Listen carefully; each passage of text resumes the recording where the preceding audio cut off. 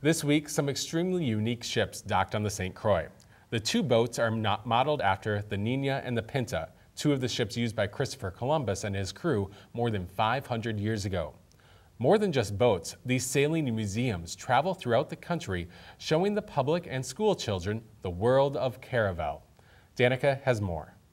Before the invention of the pencil, the thermometer, or even the sandwich, Christopher Columbus and his crew set out from Spain on their search for Asia. They didn't find Asia or even North America, but instead explored several Caribbean islands and parts of Central and South America. The voyage from Europe to the Caribbean was thousands of miles and was first made by ships called the Niña, the Pinta, and the Santa Maria. This week, replicas of the Niña and the Pinta are docked in Hudson, Wisconsin. These are replicas of what Columbus used during the Age of Discovery in 1492, and we had the ships constructed down in Valença, Brazil, and the idea was to have it build the most accurate replica ever constructed and tour around the United States, educating the public. Stephen has been traveling with these ships for 6 years and says that while they might be small by today's standards, 500 years ago, these ships were very large. Out in the ocean, they bob like a cork. You know, they pitch a lot, but they're very sturdy ships. And in the 1400s, these were very big ships for back in the day. They didn't know any better. Back in 500 years earlier, the Vikings were going across in ships half the size of this one.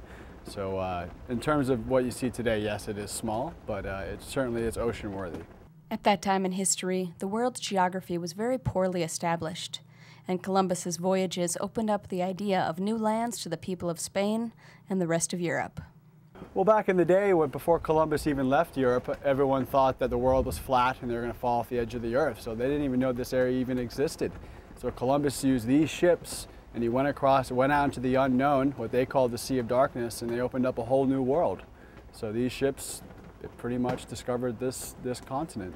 Those voyages were made with about 24 people crewing the Niña and 26 on the Pinta. The average age of a crew member was 16 years old. Below the deck, they kept their supplies, their food, and their animals, so the crew had to sleep on the deck while being splashed with water throughout the night. After they made contact with the so-called New World, however, their sleeping arrangements improved dramatically. After they got to the New World, they actually saw the native Indians there sleeping in hammocks. So they took the idea of hammocks from them, and then from hammocks they kind of sway with the motion of the ship, and obviously a lot more comfortable because with all the cargo they would have had, the ships would have sat a couple feet lower in the water, and pretty much meaning the deck would have been a complete wash the whole time, meaning that there's water coming over the deck continuously. Today, the Columbus Foundation has built replicas of two of the three ships, the Niña and the Pinta, and the Niña is the most accurate replica ever constructed.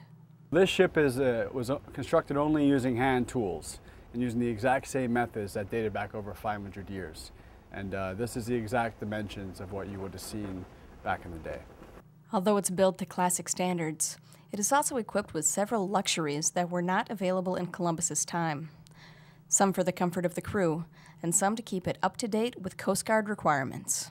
We have to have, we have engines on board. Both ships are equipped with diesel engines. There's radar, there's GPS, there's what is called AIS, that means communication with all the barge traffic that comes up and down in the lock and dams. It's very important to keep in touch with them. And down below is where the crew sleep. So we have a little galley, we have propane stove, microwave, TV, we have watch DVDs, air conditioning, just the basic necessities, for day-to-day life, for survival.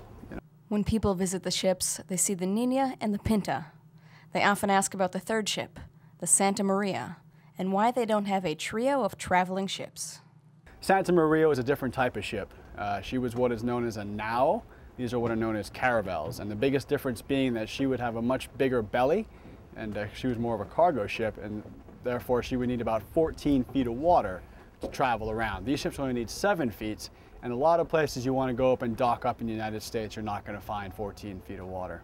What people don't often realize is that the three ships made the first voyage, but the second voyage was made with 17 ships, the third voyage with 6, and the fourth voyage with 4 ships. So recreating each of the ships would be a monumental task. As far as the Niña and the Pinta, Stephen says that he likes traveling around the country and sharing the history of early exploration done by these caravels. These are the only traveling replicas of Columbus's ships in existence today. So you're not going to see anything else like it in the world. especially when you come aboard the Niña here, you're going to be standing aboard the most accurate replica ever constructed. For North Metro TV News, Danica Peterson reporting. The Niña and the Pinta will be at the Hudson City docks through July 9th. From there, they will travel to Lake City and then to Winona before heading to Iowa. We will have a link to the ship's schedule and all the information you will need to know if you want to tour the Caravels. It will all be on our website, northmetrotv.com.